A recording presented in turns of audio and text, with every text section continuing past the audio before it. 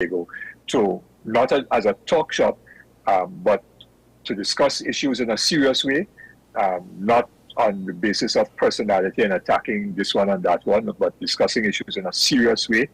And then on the basis of that, to take actions to deal with the problems that people are experiencing.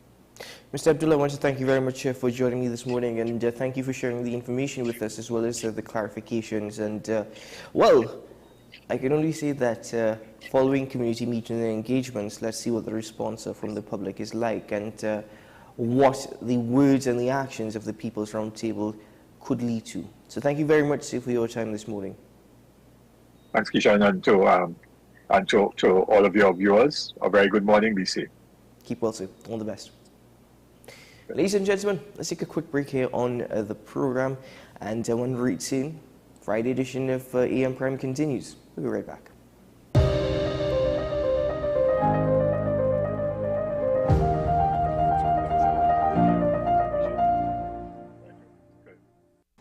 From Maracas Bay to Arafita Avenue and Piaco, Richard's Bake and Shark brings the world's most popular fish sandwich closer to you. Open daily at all our locations. Take some time for yourself or spend some time with the family at Sandy Point Village Hotel. Enjoy our various studio and suite apartments, self-contained with their own kitchenettes and Wi-Fi. We also have our famous 100-foot swimming pool and our beachfront restaurant, the Steak and Lobster Grill. And our location in Crown Point puts us near the center of activity from the nylon pool to the local nightlife. Call us and make your reservations at 639-8533, 389-2378, or email us at sandypointvillagehotel@gmail.com. Bill and Ruth fell in love with the Benjamin Moore color Dry Sage, but they tried to match it using another brand's paint. I mean, it's close enough. Almost identical, really.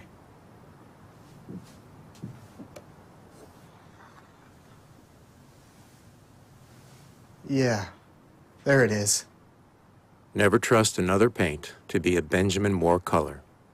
Let the Home Store turn your house into a home you love. Get everything you need to give your home that special look and feel. We offer household items, lawn and garden, paint center, hardware, plumbing, lighting and electrical, toys and storage solutions. 5 convenient locations: 6th Avenue Barataria, The Falls at Westmore, Pennywise Plaza Shoguanas, C3 Center Branch and C3 San Fernando. Check out our Facebook page for more information and come visit us today. The Home Store. Turn your house into a home you love.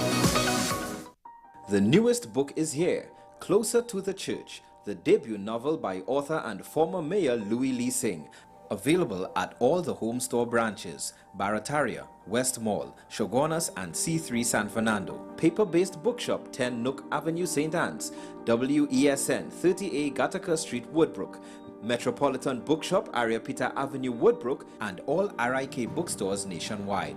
Available online as paperback on Amazon.com and Kindle for e-readers. For more info, call 628-5835 or 389-6504. Also available from author Louis Lee Singh, I Used to Live in Heaven, Letters to My Granddaughters, and Local Government in Trinidad, Conspiracy Against the People. Alan's Funeral Home, Tunapuna. Relax. We know the loss of a loved one can be challenging, but we've got your back for all your funeral needs, from documents to the service and or burial. Let Alan's Funeral Home take care of you and your loved ones. We are located on the Eastern Main Road in Tunapuna. Call us today at 663-1829 or visit allansfuneralhome.com. Alan's Funeral Home. Let us take care of business.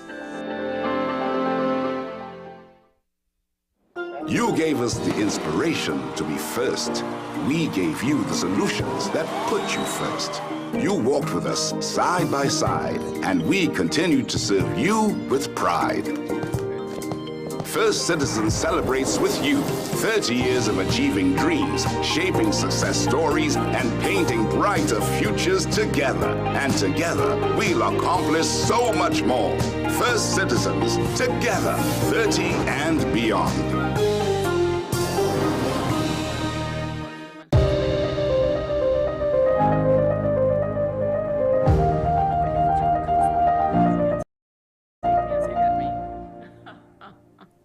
Good morning and welcome back to the program, ladies and gentlemen, and thank you for making the time to be with us. This conversation is most interesting, focusing on a powerful book that is entitled The Courage to Fly, authored by the first female captain of BWI. So many of us should know who that is, actually. We've spoken about that quite a number of times on this program and another program. But not only a former captain of BWI, she's also the first Trinidadian woman to hike the trail to Mount Everest's base camp, and the first Feng Shui consultant here in Trinidad and Tobago. I am joined by my guest, and she's live with us. She's via Zoom. Hello, Miss Wendy Yoching. Welcome to the program. Hello, everyone. I'm really, really happy to be here with you today. Thank you very much for joining me. You have referred to this book, The Courage to Fly, as a powerful little book. Before I get into exactly why you saw it necessary to write a book, or if it was just something that is reflective of so many aspects of your life, this particular book that details or gives people some level of courage, how much of it actually is who Wendy Yoching is and who she grew up as and then grew up to be? Oh, that's a very interesting question. I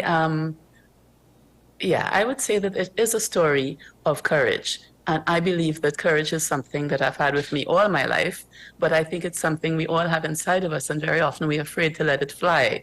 So this book is something that I hope will allow people to believe that they can let their courage out. But if I'm not mistaken, and please correct me if I'm wrong, based off of what I've read, you yourself as an individual face difficulties growing up and face pressures, whether it be from your own family and friends, that this is something that you're not going to achieve. You're not going to get this done. And you defied all of that to be the first female captain of BWI. So it goes back to the courage to fly. Is that reflective of sort of the nickname of Wendy Yoching? The nickname of Wendy Yoching when she was young was Fatso. And so the message I had was always, remember this was a long time ago, and in our culture at that time, there were things that girls did and boys did other things. And our families, our cultures, our school system was set up to support that. So I was bucking the system from the word go, but I never let go of my dream. So even though I actually followed the path that was written for me by the whole society of Trinidad at that time and my schooling, I never let go of that dream. I just didn't believe I could really achieve it until I went abroad to another country where, everyone was doing what they wanted to, and women were doing things that were unconventional by our standards in Trinidad at that time. And I looked around and I thought, hey, why can't I? And so I credit my going away to another culture at that time with giving me the realization that it was possible to make my dream come true. But even so, that was still never an easy path, because at that point I had no support in my world, in my personal world for that journey, and no money. And I know everybody would say, oh, I can't do this, I can't do that because I have no money. Well, I had no money either. And guess what? Learning to fly is a very expensive hobby, I would say. And if you love something and believe in it enough, you'll find a way. And that's what I did. So instead of having courage, I would say I was pig-headed as all heck. But do you think that such is still the same, where other cultures are more receptive to, allowing you to expand on your dreams as compared to the cultures and society here in TNT? Or has that changed? I would say that has changed a huge amount, and I'm so grateful. I look around, and of course, I see women flying, a lot more females flying for the national airline and flying in general all over the world than ever was so when I was learning, when I was thinking about this career. And of course, in all the other professions, women are standing up and being counted, and have been for many years. So it has taken a while, but we have really progressed, and I am happy and proud to see that. But at the time, I was, I guess, what they call a trailblazer. Certainly in the field of aviation, there were just so few women all over the world who had that particular drive and that particular amount of pig-headedness or courage to start to do it anyway. in spite of the messages they were getting. You keep using this term pig-headedness. Why do you suppose that is something that it seems to resonate very much with? Yes, it does. There's a dream in your heart, and there's the passion in your heart, but very often between the one and the other, the passion and the dream, and you must have the passion, all right? The passion and the dream, there's this long journey, and for me it was a long journey with lots of obstacles and mountains and valleys in between. You have to have the willingness, the passion, the belief, the big-headedness to not see those ups and downs as obstacles, but as challenges or as part of the journey, and therefore keep addressing them as they come up and overcoming them and proceeding to the next and the next and the next. That nobody says that achieving your dream, whatever your dream is, it doesn't have to be flying. Nobody says that achieving your dream will be easy, but it is your dream, and it wouldn't be there in your heart unless there was a reason. That's my belief system. However, nobody said the journey would be easy. And the journey is part of what gives you the courage. The journey is what gives you the strength. The journey is what gives you the experience. The journey is part of your journey. So seeing the problems and running away is not an option, and that's where the pig-headedness comes in. It's the willingness to walk forward, even in spite of seeing the challenges that lie ahead, that other people might think, oh my God, no, it'll never happen. You believe, and you keep going. But Mr. Yorton, there may be some who would say, and I understand where you're coming from, but there will be those who said, no, you're referring to yourself as having to be stubborn and even arrogant. And is that sometimes qualities that one must adopt in order to find some level of success and satisfaction for themselves? I would never say arrogant, but definitely stubbornness, the ability to, the feeling inside yourself that you can do this and that you want to do this with all your heart, those are not arrogant. Those are I call that core feelings and passion. And the courage, where courage is in being afraid of something and going forward anyway, because you really, you know that it's not going to necessarily, some people have it easy to get their dreams, but it's not necessarily going to be an easy path for you, and you're going to go forward anyway. Courage is letting people's opinions not stop you from walking that next step. Courage is knowing that you're not really quite sure what's at the other side of that hill in front of you, but you know that that hill is between you and your dream, and you will start walking up it anyway. And so, yes, it is courage more than anything else, but in that courage comes a measure of, I'm not going to give up, which is stubbornness or pig-headedness in my mind, and I don't see those as negative words.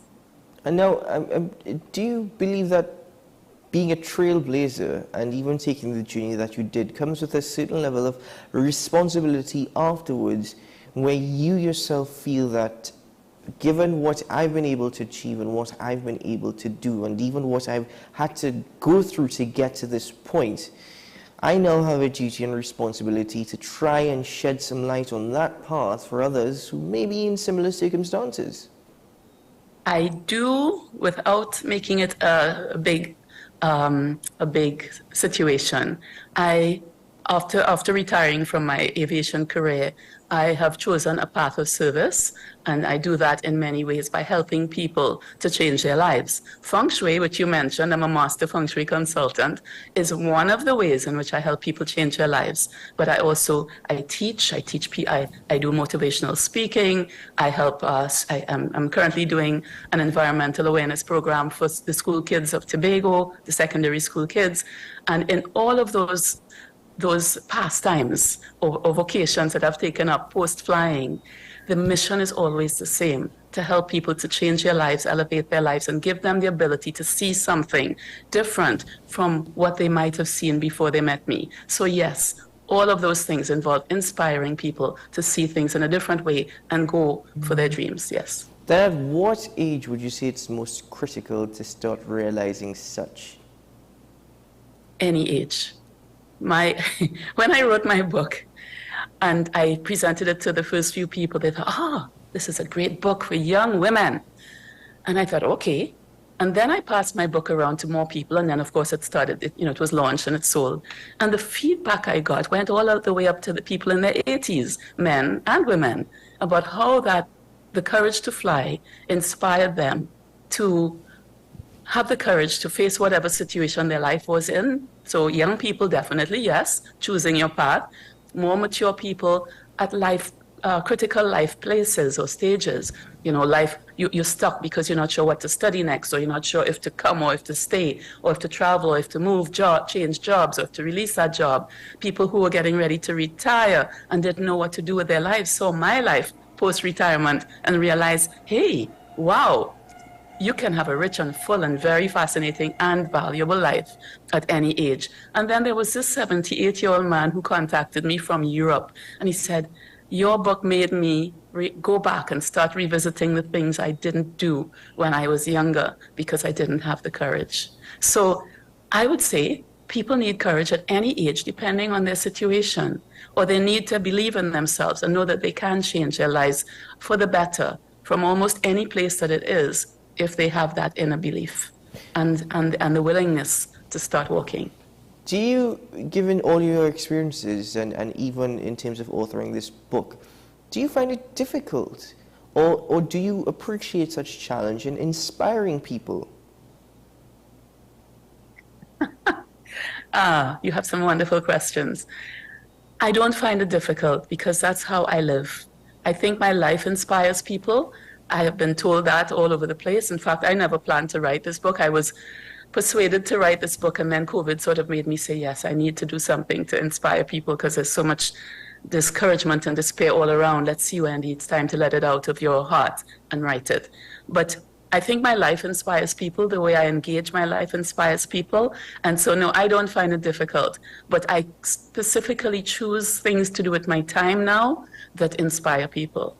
And I love it. I love seeing the light bulb go on in somebody's heart or eyes and have them say, you really made me see things differently, and I'm going to try differently now. So I love it. No, it's not hard. It's something I love to do. It's my mission now.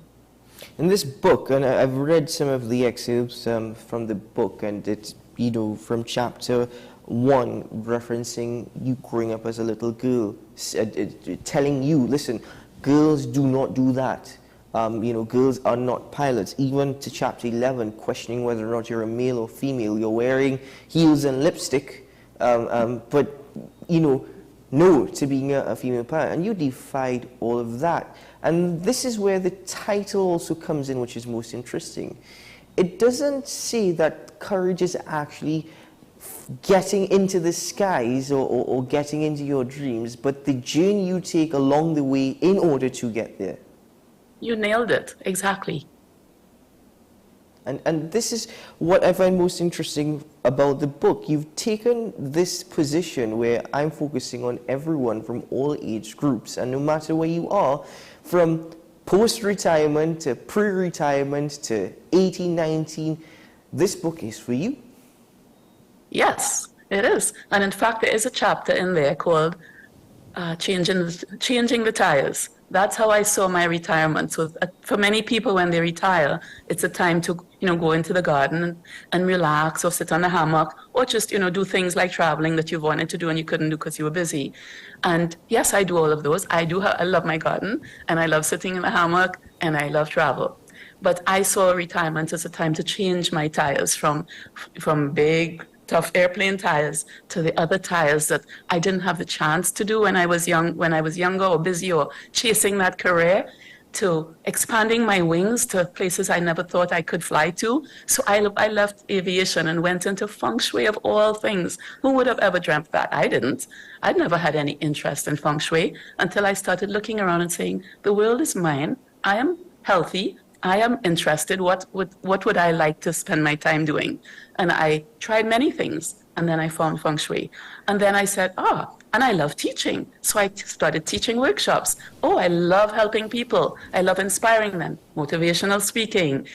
Schools, that young people are where it all begins. We need to start there. Student stuff. So I just considered this period of my life to be one where my tires are different from when I was flying airplanes. And they're all interesting. And I wake up in the morning with that spring in my step still. And I'm not going onto an airplane. I'm going to do something completely different. But it comes from my heart.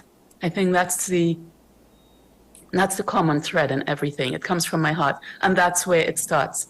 There's a term in my book, further on in the book, I don't know if you ran into it yet, called ikigai. It's a Japanese word for following your passion, for finding that thing that gives you the get up and go, that makes you feel that it's not work that you're doing. It's actually your mission. It's actually something that you must do to feel great about your life. And you don't have to have just one ikigai, but you must have at least one. I've had many ikigais in my life. I'm still living my ikigai.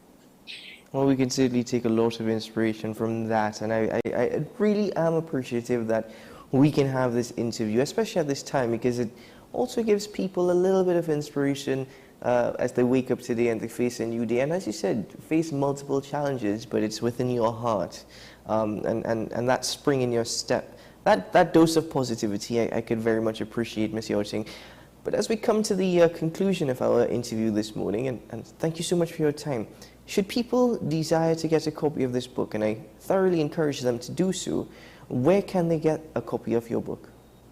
It is available on Amazon for the international clients or people who prefer to, for instance, have an ebook. It's available on Amazon. In Trinidad and Tobago, the major booksellers, including RIK and Nigel Kahn, paper-based, and then some place, Metropolitan Bookstore and Mole Marketplace, which is in the Digger Martin area. And in Tobago, it's available at several well-known places as well. Well, thank you very much for your generosity in sharing your story, but also your enlightening, encouraging, and educational gifts that you've really shared with many people and with all of us. And thank you very much for this book. My pleasure. I have one last word, if you don't mind. Please. To anyone who watches this interview and is wondering, the answer to your question is yes, you can. Perfect. Thank you so much for your time this morning, Ms. Wendy Yachting. It's been a pleasure, an absolute pleasure. My pleasure. Thank you. Ladies and gentlemen, let's take a break here on AM Prime, and when we return, the conversations continue.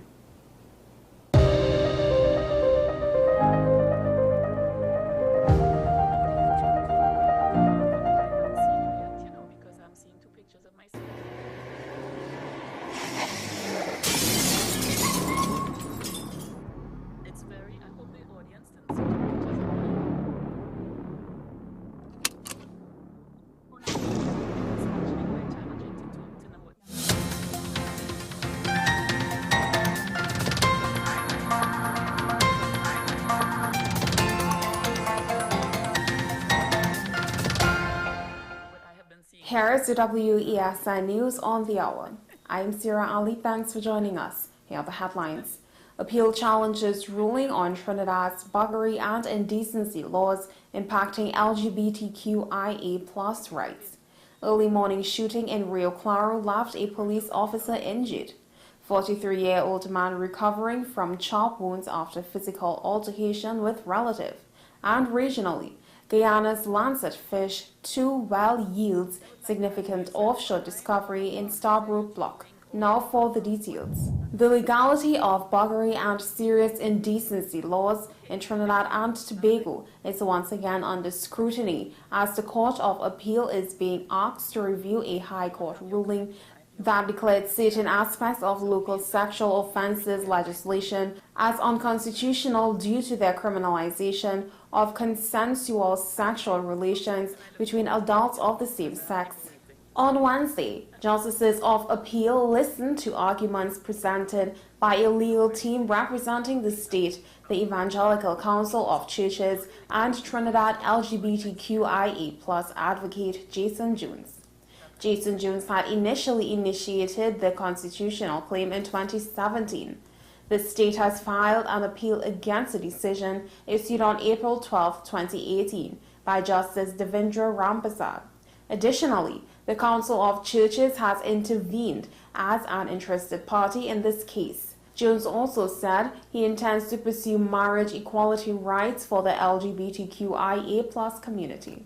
The incident unfolded as PC Ram Kisoon was en route to work along the Priime Road on Thursday morning. While navigating through slow-moving traffic, a sudden and alarming occurrence took place. A gunman reportedly opened fire on a vehicle that was ahead of Ram Kisoon, resulting in one of the bullets striking the officer. PC Ramkisoon, who was stationed at the St. Madeleine police station, sustained a single gunshot wound to his shoulder and is currently under medical care at the San Fernando General Hospital. Authorities have determined that Ramkisoon was not the intended target of the shooting. He was an unfortunate victim struck by a stray bullet. Another individual, who remains unidentified at this time, was also injured in the same incident and is reportedly in critical condition while receiving treatment at hospital. A 43-year-old man is recovering from chop wounds after a physical altercation with a male relative in a recent incident. The altercation occurred at approximately 6 p.m. on Wednesday evening at a residence along Stadium Link Road in Marabella. The 43-year-old victim and a 59-year-old male relative was socializing at the residence when a heated argument erupted between them. The argument escalated into a physical confrontation, during which the older man armed himself with a cutlass and inflicted multiple chops on the 43-year-old. Bystanders at the residence swiftly intervened, separating the two individuals and preventing further harm. Both victims and the 59-year-old suspect were subsequently transported to the San Fernando General Hospital to receive medical attention for their injuries. Regionally, Guyana's Ministry of Natural Resources announced on Thursday a significant breakthrough with the Lasset Fish 2 appraisal well in the Stabroek Block. This represents the fourth offshore discovery in Guyana for the year 2023, adding the tally of 46 discoveries made from 2015 to the present. The earlier discoveries this year including Fang-Tooth SE1 and Lancet Fish 1 in the Stabroek Block, as well as the We-1 discovery in Quarantine Block. The Lancet Fish 2 discovery in Liza Petroleum Production License Area has revealed an estimated 20 meters of hydrocarbon-bearing reservoir, along with approximately 81 meters of additional hydrocarbon-bearing sandstone. Well, that's news to the L1W ESN. I am Sira Ali. Thanks for watching.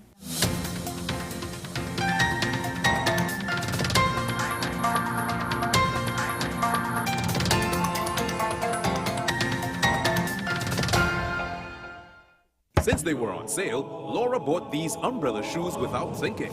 Literally, without thinking. Hungry for deals? You'd better come and satisfy it at KFC before doing something crazy. Wow Bucket, 7 pieces of chicken and 4 regular sides for $115. A finger-licking good deal.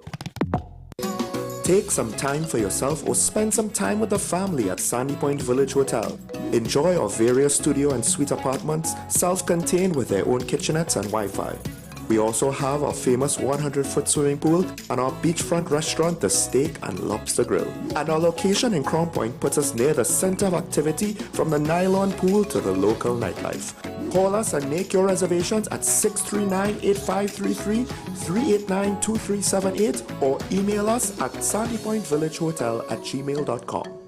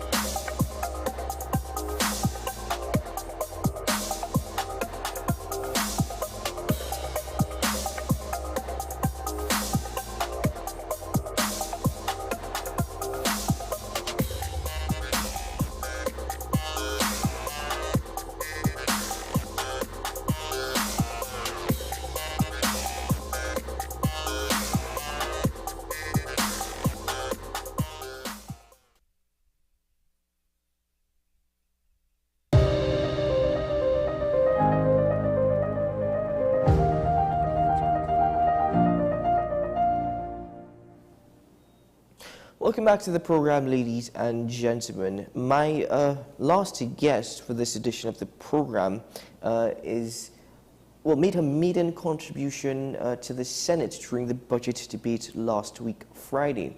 And that is Independent Senator Suniti Manraj, and she's with me via Zoom. Good morning, Senator. Thank you very much for joining me. Good morning. Good morning to you and your guests.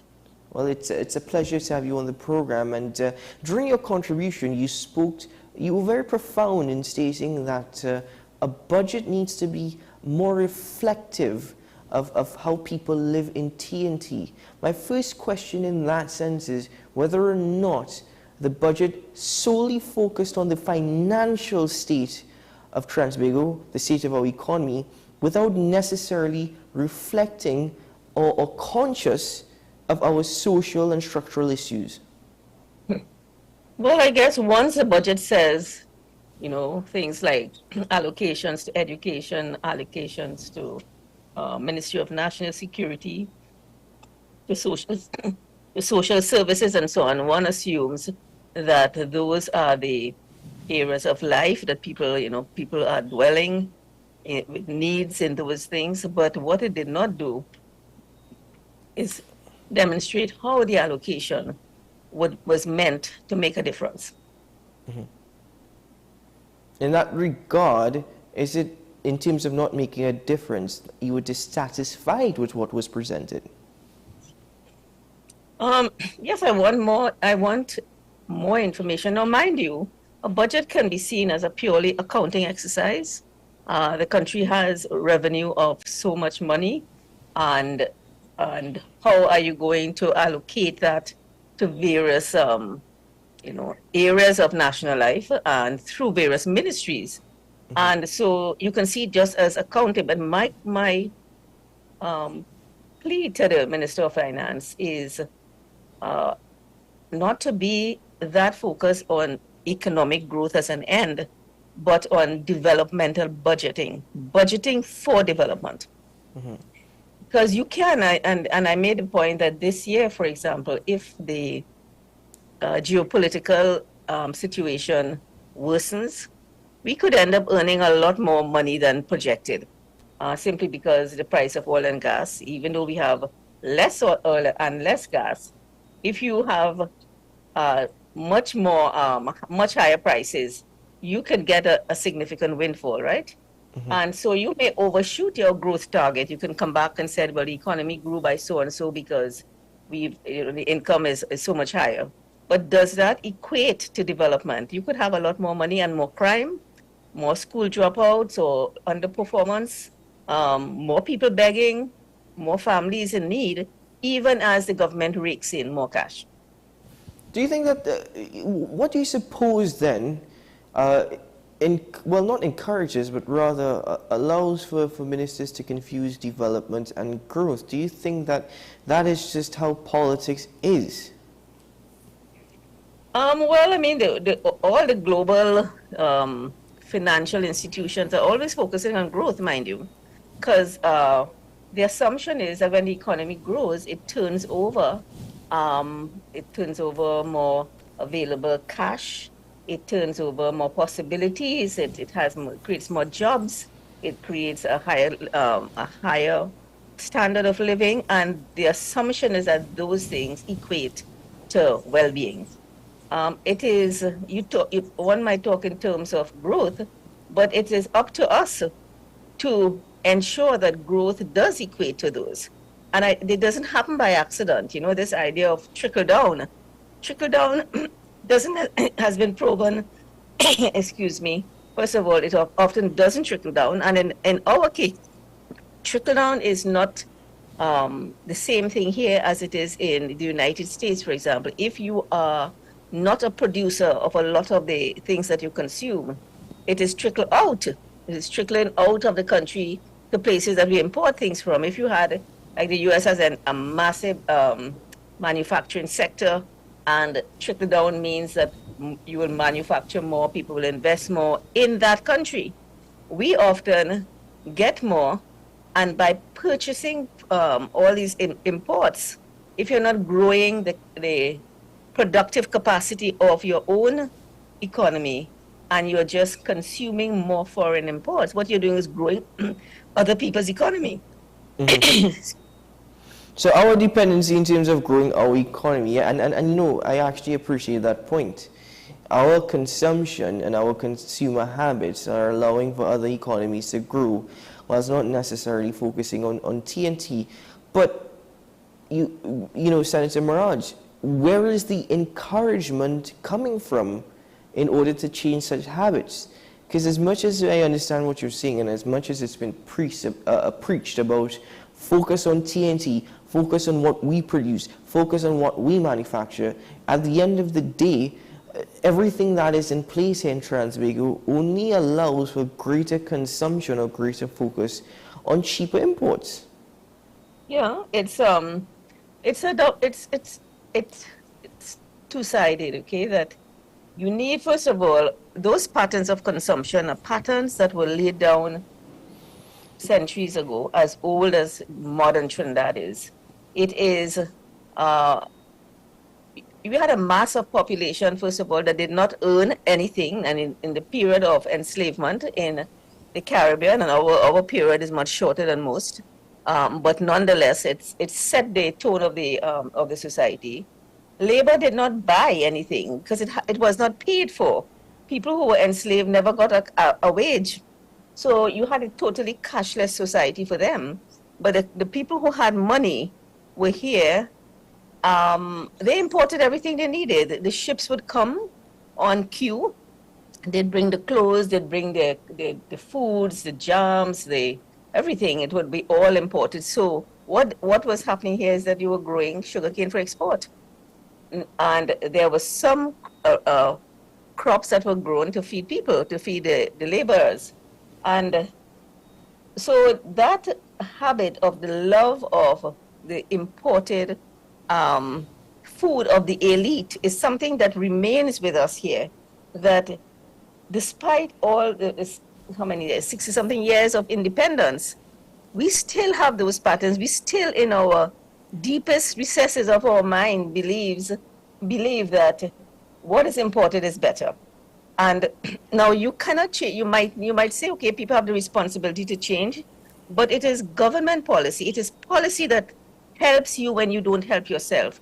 And in my budget contribution, I suggested to the minister that he has a lot within his grasp that, if strategically utilized, can help to move the needle in terms of habits. And one point I made was I said probably the state spends about $1 billion on food. This is food for the school feeding program. It is food for the market boxes for the people who are in need. It's food for hospitals, prisoners, the defense force, government ministries that have events, conferences that government would order, would have it catered and so on. And when you add up all the amount of food, the government alone, the state, and I'm not even getting into state enterprises yet, you see that there's a huge expenditure on food, and the government could exercise the option to see all of that amount of food, not simply as market boxes for the socially those people who are in need, but as the government's expenditure, that it can make a choice to say X percentage of that must be, this is where policy comes in, must be local. That there must be a discretion the government has, and if you do make that choice, then the same point he made the linkage between the market boxes that people are getting fresh produce and chickens and so on. And he made the point that is helping the farmers, because the farmers have a guaranteed market for the market boxes. But if farmers had a guaranteed market for the larger global amount of food that the government purchases, then people will have the option of saying, I have a contract. I can actually go to the bank with this. Everybody wants a contract from the government to go to the bank with, not just contractors, not just building contractors. And on the basis of that, people can say, I can afford now, because I have guaranteed income, to invest in my farm more. I have a lot of vegetables. Instead of it spoiling, if I don't get it sold today, I can get into freezing. I might even get into a small processing, and I can grow from there. That's how you anchor by the government's choice. You know, that is how you anchor. You get people out of this short ceiling that they live under, which is they can't take the risk. No bank will give them money for agriculture. But that's one of the points to Senator Maraj, that a lot of people, what income they have, they stretch, and obviously they focus a lot on their necessary expenditure, but a lot of them are saving as well, and a lot of them are saving because of, we're not entirely sure what tomorrow holds, but if today is any indication, it's not necessarily a good thing. With those savings in place now, it's also going to restrict not only investment, but also the circular flow of income. So that being the case, again, do you think that the minister has hit enough from this budget in terms of the point of furthering infrastructures and furthering different sectors that already exist and have seen some growth, whilst also the balancing act of trying to start others or further develop others? Well, first of all, not everybody is saving, because if you're on minimum wage, you can't save. You will stay in minimum wage unless you go back to school, and even that is not a guarantee of a job, right? The other thing is there is investment taking place, but it's not necessarily in Trinidad. If you look at the number of Trinidadian companies that are expanding their business in Guyana, we need to recognize that Guyana is a place where the investment, our business people are choosing to invest in Guyana because they see the possibility of, profits. And what impact that is having on this economy is something to be quantified. We don't know what it is. So I think more strategic purpose in the budget, a more linking expenditure with clear and defined issues, whether it's poverty, whether it's crime, or whether it's increased investment. You need to see how putting money in a particular direction could actually link to that issue that you're trying to resolve. Now the budget, that's how the budget can make those allocations, but then it is up to the various ministries to have the strategy, the corollary strategy to make that happen. And there were several, all the ministers spoke, and they are the ones who elaborate, but we don't get a sense from these ministers of exactly how the allocation. Now, mind you, when you say you're giving a particular ministry, $3 billion, you're giving a ministry. Like if it's a Ministry of Education, you're giving it to the Ministry of Education. You're not giving it to education. And the Ministry of Education, that a big bulk of the allocation they get will go to salaries and administrative matters, purchases of vehicles and so on. So what part of the budget actually tackles the problem that you are attempting to address? In the case of the ministry, it would be higher academic achievement, less dropouts, more safer schools, more engaged student population. But you yourself, Senator, you've actually linked the school system here in TNT. You've linked it and so to forge a pathway between the creative sectors and the social services and the school system here in TNT. Mm-hmm. What do you think the reception of such suggestions could lead to? I don't know how it was received, because I have not heard the responses from either the government or the creative sector, for example.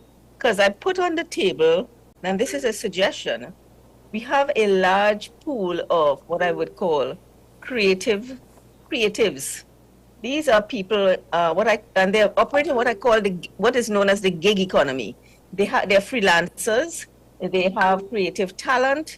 They have, they're in music, they're in writing, they're in videography, they are in drama, and so on.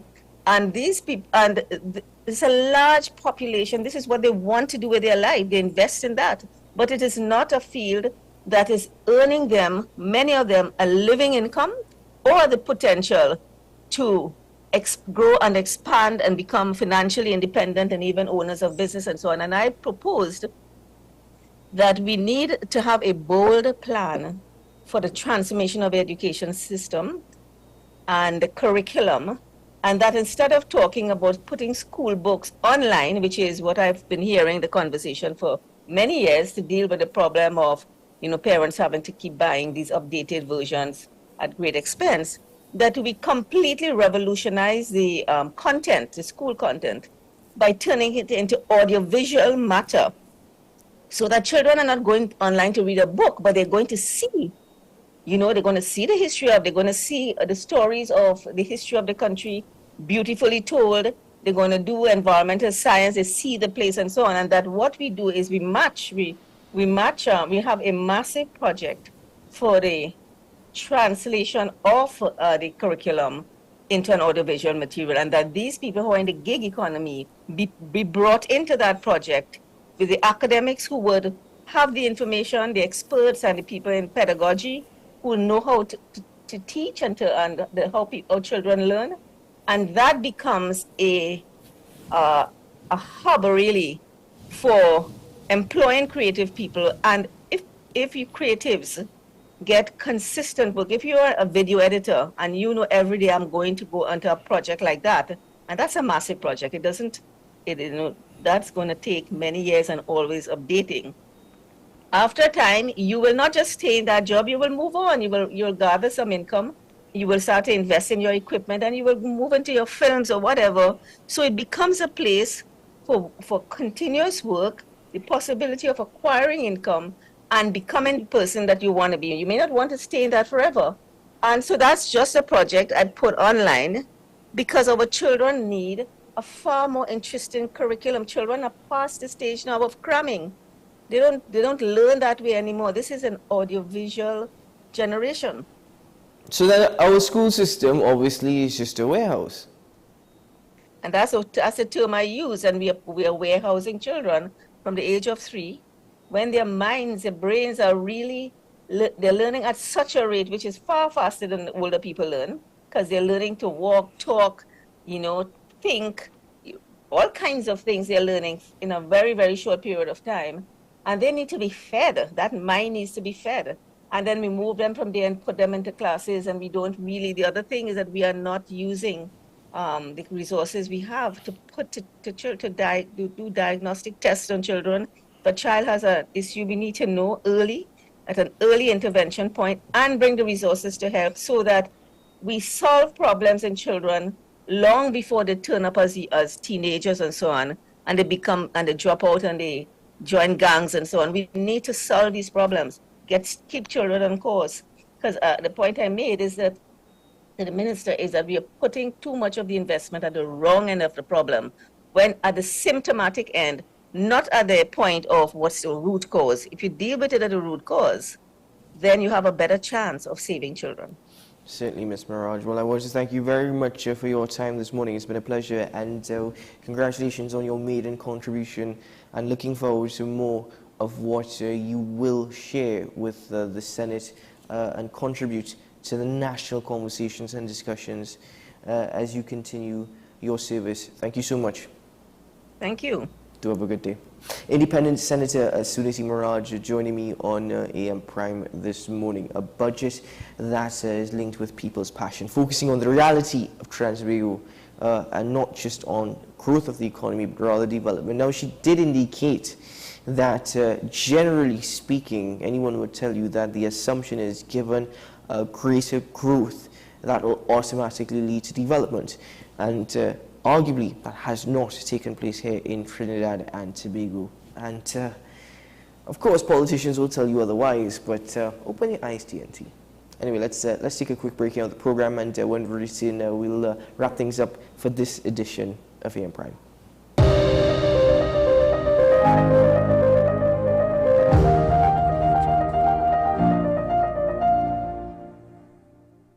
Let the Home Store turned your house into a home you love. Get everything you need to give your home that special look and feel. We offer household items, lawn and garden, paint center, hardware, plumbing, lighting and electrical, toys and storage solutions. 5 convenient locations: 6th Avenue Barataria, The Falls at Westmore, Pennywise Plaza Shoguanas, C3 Center Branch and C3 San Fernando. Check out our Facebook page for more information and come visit us today. The Home Store. Turn your house into a home you love.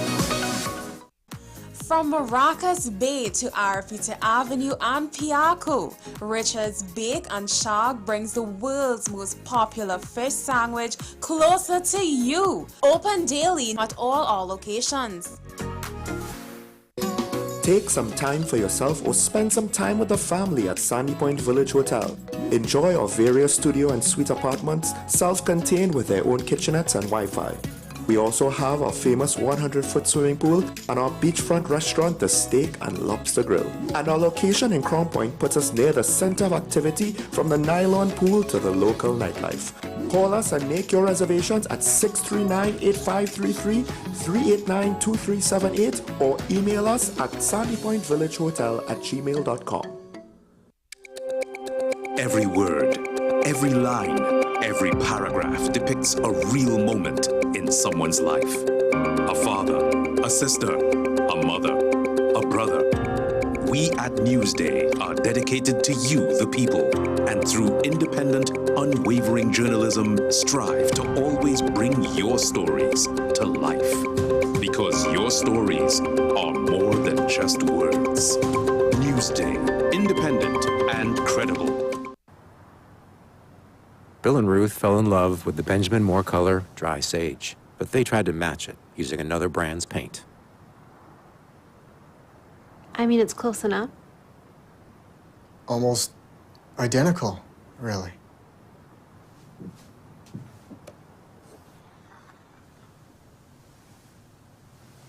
Yeah, there it is. Never trust another paint to be a Benjamin Moore color. FanZone, your reliable, authentic supplier, has just gotten better. You can now visit our website www.fanzonett.com for your authentic wear and collectibles. The only place where you can use both your Visa debit and credit cards. Visit our website fanzonett.com to make your purchase today.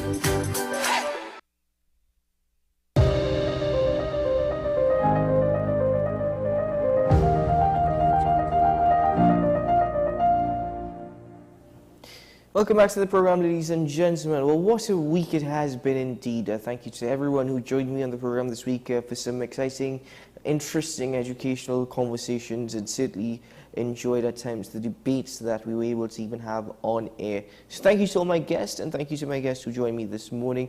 It starts off the conversation with Mr. David Abdullah in regards to the Foundation of the People's Roundtable, and that discussion in regards to lobbying the government to enact change for those that really matter, the lives of people here in Trinidad who are often seen as not as voiceless, the ones who do not count. And then to Wendy Orching, the first female captain for BWIA, and also an author. She's also the first citizen of Trinidad to hike the trail to the base camp of Mount Everest, and also the first Feng Shui instructor, a consultant, here in Trinidad and Tobago. So really had an enjoyable discussion there with her, and we ended things this morning and this week with Independent Senator Suniti Mirage, her maiden contribution in Parliament in regards to the budget and how a budget should reflect on the realities of how people live. This budget on the reality of how people live in Trinidad, of course, focusing on development and not necessarily growth. That is where she believes there needs to be the change. And I very much agree with a lot, not necessarily everything, but with a lot of what she said. Anyway, ladies and gentlemen, thank you for joining me. I thanked all my guests, but thank you for joining me. Without you, this show wouldn't be possible. And it's always a pleasure that I get to start my day with you, and a privilege that you allow such. Anyway, wishing you a grand weekend ahead, a good day ahead today, Friday, and a safe, enjoyable one. Maybe restful, maybe relaxing, and should things go good, I'll see you again on Monday morning. Until then, keep well.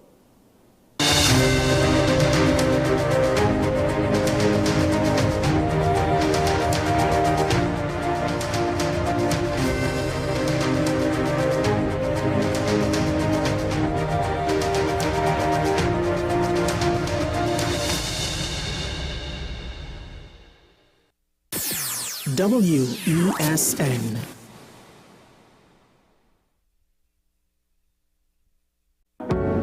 I'm Andy Johnson, and you're watching WESN, the content capital.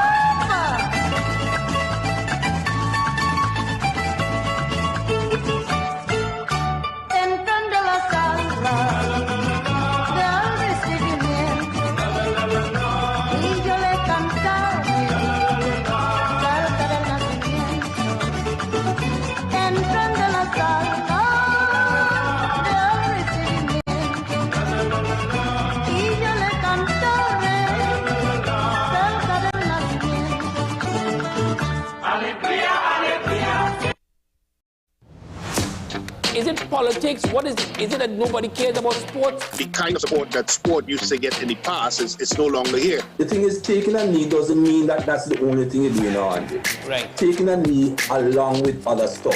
Samantha, what are you looking forward to when you return home to Trinidad and Tobago after winning the title? Thank you very much for speaking it into existence. Is it no pressure on Nicholas Paul? It makes me more motivated to work hard and to go out there and rep the red, white and black. Why are we sending a team